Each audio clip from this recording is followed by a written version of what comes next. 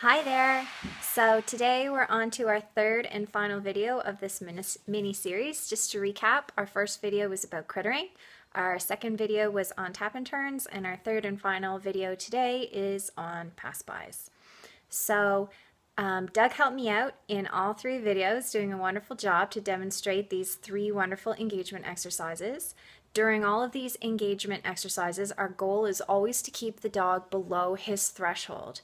So his threshold will be the level of distraction that the dog can tolerate before becoming reactive. So we don't ever want to push our dogs to the point that they are starting to explode, be reactive, lunge, bark, that kind of thing. So we always want to keep them right below that threshold, but we want to approach it. So we want to challenge our dogs. We want to take them right to the edge and then back off, right to the edge and then back off. Because the point of these exercises is to show the dog that we're going to protect them and keep them that we're going to protect them and keep them safe by showing them how we're going to create space from the distraction or object that they are concerned about. And we're also teaching them about how to focus and become engaged with us even when they're feeling distracted by something in their environment. So I hope you enjoyed this third video, and take care everybody. Have great fun with your pups. Bye for now. So the third engagement exercise we're going to do are called pass-bys. So what pass-bys are is when you have your dog in a heel, you're going to be passing by another dog who is also in a heel. So we're going to start on either side of the street and we're going to go people to people with dogs on the outside. So the further your dog is away from whatever he is reacting to, the less pressure that your dog is going to feel. So we want to give as much space as we possibly can at first to make sure that the dogs are comfortable.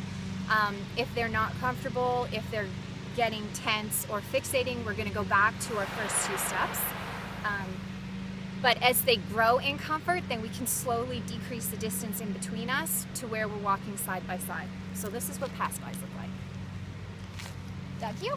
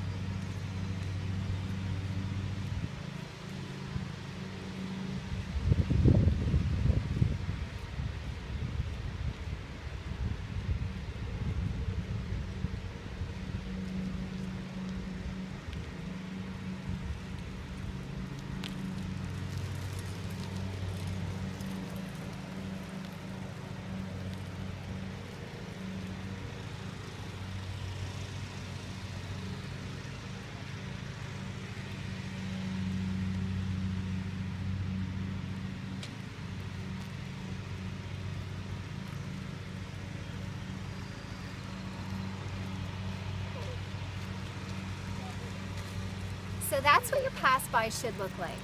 We had an extra distraction with some kids on bikes, so that was awesome. One thing to note too though is every time we encountered something, like when I started decreasing the distance between me and the other dog, if Doug needed help at his working level, which outside is an 11 or a 12, I would tap the e-collar. So every time he would start to get concerned, I tap the e-collar and I'm saying, no, no, bud, we're just walking, it's all good. And he understands that because we've done so much crittering and also the tap and turns that he knows every time he feels that little tingle on his neck from the e-collar. When I tap it, it means focus on me, focus on me. And I'm able to interrupt his tendency to want to fixate. So he did a really, really good job.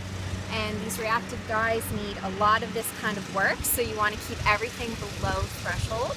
And you want to make sure that you go really, really slowly. You start very, very low on the e-collar and you only dial up as far as it takes for the dog to respond.